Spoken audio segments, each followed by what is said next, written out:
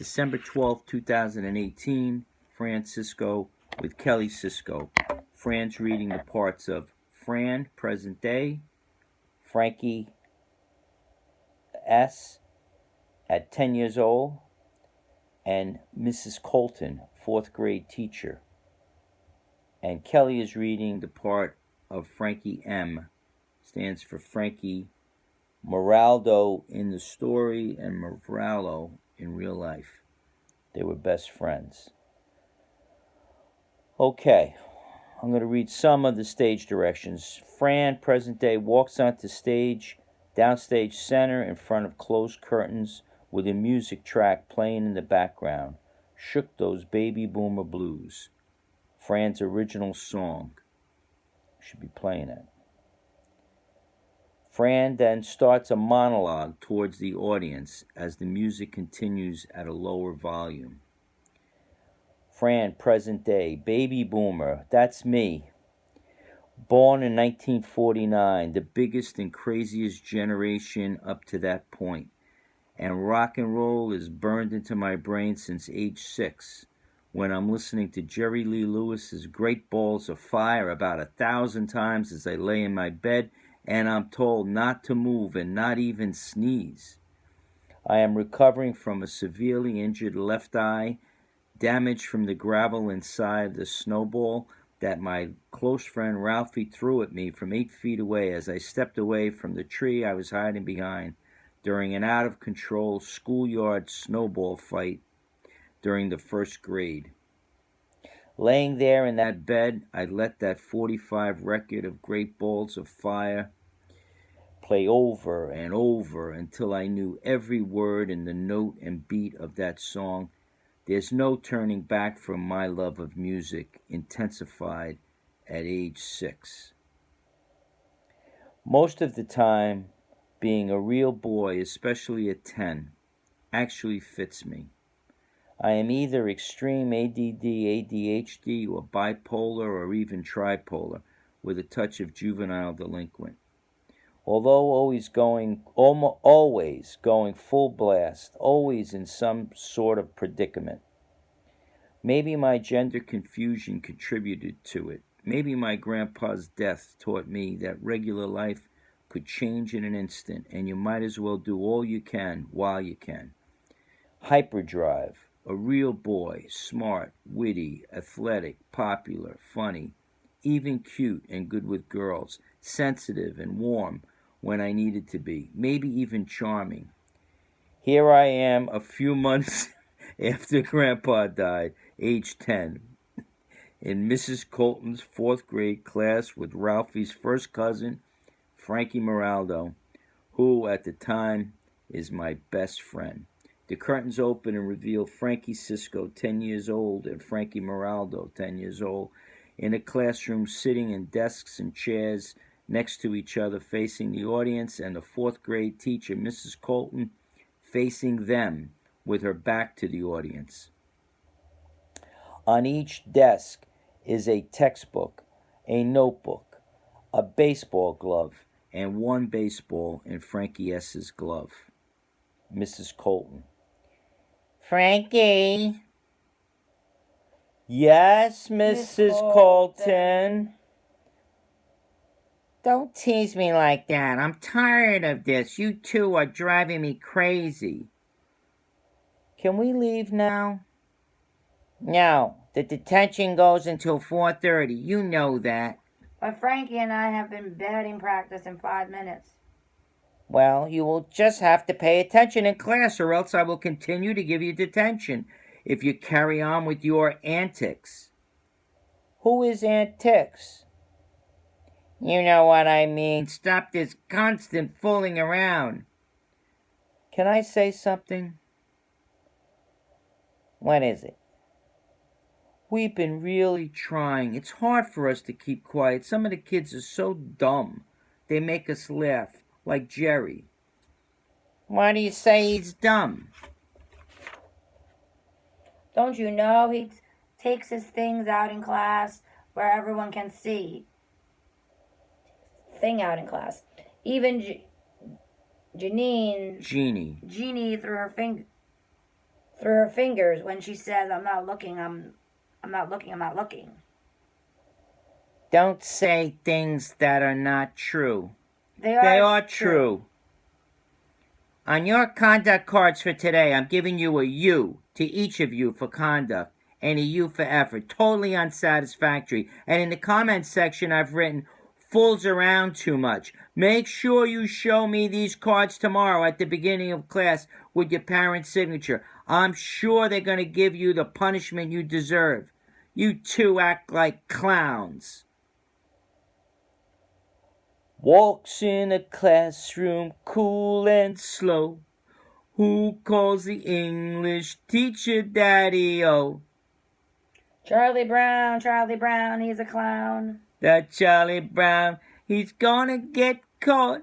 Just you wait and see. Why's everybody always picking on me? Did I hear you boys complaining about me picking on you? Not me. Mr. Tandello wants to know if either of you know anything about that fire that started at David's school. Listen, Mrs. Colton, we'll get the card signed. Please, let us go to practice. Yes, please, Miss Colton. All right. Go. At tomorrow's detention, you will each write this phrase 25 times. And make sure you bring those cards in tomorrow, signed by your parents. Let's do it before we forget. Yeah, Frankie. What's up? After practice, before we go home, we gotta talk. About the church again? Yeah, and something else too, maybe. All right, why are you so worried? Come on, I gotta talk to you about it. I can't sleep, no matter how many Hail Marys I say. I helped you when you got caught sniffing glue. It doesn't do any good to be worried. Did you try some Our Fathers? Usually Our Fathers to have 5 Hail Marys works. Do that, and after about 20 minutes you will fall asleep. I've done rosaries, kissing baby Jesus, the sign of the cross every 30 minutes, being good, not lying, no back talk, touching every other tree as I go by. You know, all the stuff, nothing's working. Don't worry, I'm not going to tell on you. Who's going to find out? Just you and me? No. Look, we didn't kill anybody. We didn't cause a fire. Well, I guess we did. All we did was steal money from the church. God will forgive us. That's very bad. I should never have done it. But at the altar, I saw the door open on that poor box. Why was it open? I couldn't help it. There was $34. And then you did the box on the left side of the altar and got another $20. 22.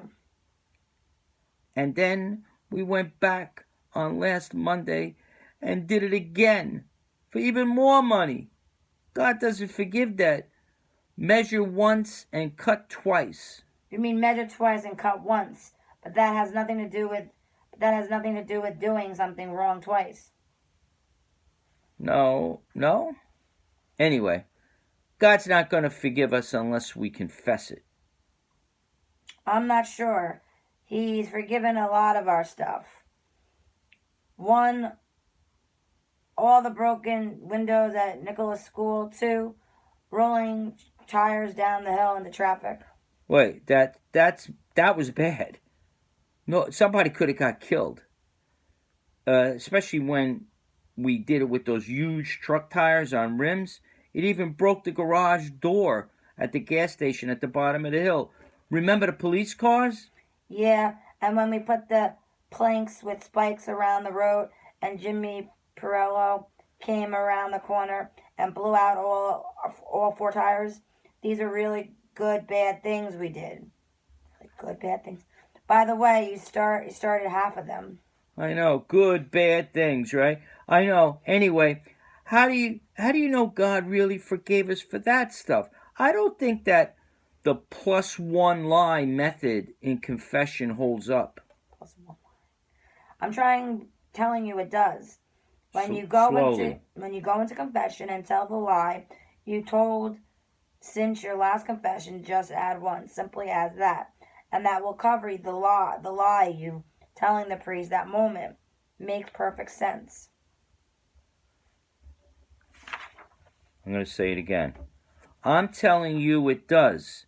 When you go into confession and tell the lies you told since the last confession, just add one, simple as that, and that will cover the lie you're telling the priest that moment. Makes perfect sense. I read it already. I know you did. I wanted to read it slower. Read it fine. No, it doesn't make perfect sense. Even if it does, it won't work in this case. We stole from the church Our Lady of Victory, and we did it twice. That's at least a double mortal sin. There's no way we can get to heaven unless we confess it properly. Properly? Frankie. Okay. No, you say, Frankie, okay, what do you want to do? What do you want to do? This is it. I want to give back all of what's left of the money. We bought all those heroes and new pool sticks and pellet guns and new gloves. There's not much left, but let's give it back. All of it? Oh, man. Let's give some back. Let's give back a third of it. No, won't work. You know what? We can't bargain with honesty. We got to give it all back. My father always tells me it's important to be honest. More important to be honest than anything else. If you don't have honesty, you got nothing. You're right. My father tells me the same thing. But I got a problem. I can't give all of it back. I need to keep $10 of it. So you can buy more stuff? No, I got to pay somebody. Who? Why? Big Anthony wants $10 from me, or he's going to tell my mother I showed my dick to Denise Ramallo. Why did you do that? That was stupid. Can't show your dick to girls until we get older. I know, but she wants to see it. She said her brother's was real small, and she wants to know how big mine was. Anyway, how did Big Anthony get involved? He's her cousin and overheaded her telling her girl cousin, and then said he would squeal on Denise and me unless we paid him 10 each. My parents would go nuts if they found out. Jesus, this is bad. But listen, you can't pay this guy because he will just blackmail you again. You got to just stand firm with him and tell him if he squeals, then you will cut him off forever as a friend or anything. This Big Anthony is a big guy. That's why they call him Big Anthony. He's probably punched me or worse. I'll go with you tomorrow to talk to him. I'll back you up. Good, thanks. Glad I told you. Yeah, now let's get on with giving back the money to church. Here's mine. Me too. Good. I feel better already. Frankie, one more thing, even more important. What? Let's go to church on Saturday and confess it. Not that cheating way of plus one lie thing. Let's confess it the right way by saying it out loud to the priest. Confess to Monsignor Smith, you're crazy. He'll tell our fathers. They'll beat the shit out of us, especially now that both our grandfathers died and are not there to hold back our fathers from killing us. You miss your grandpa? Yeah, a lot. Things are very different now. Everybody's sad. I know, it's bad. I think it's causing me to feel like things don't matter as much and to do crazy things and more often. You and me used to be real good kids. I remember when we saved all the kids in kindergarten class from that fire in the closet. We were heroes that day. Yeah, I know, but we grew up. We're 10 now, not 5. We're real grown up. And a lot of bad things have happened, like our grandfather's dying. But my Uncle Lou says we all got to snap out of it. That's what Lou said? That's where you got it.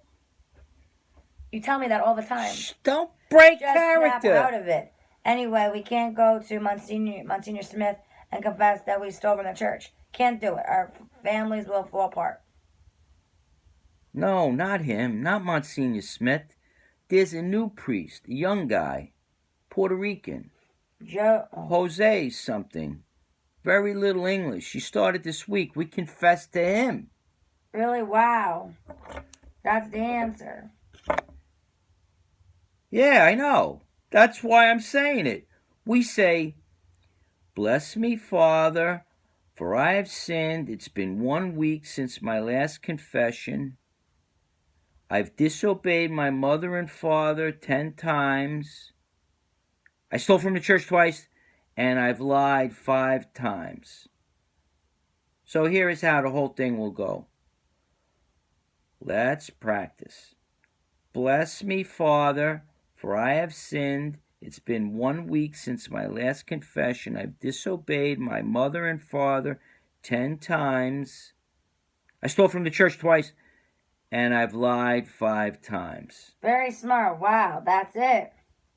Yes. Now we can go to heaven. Hey, Frankie, there's one other thing that's bothering me that I want to tell you. About girls? Kind of. Never mind for now. Let's go practice.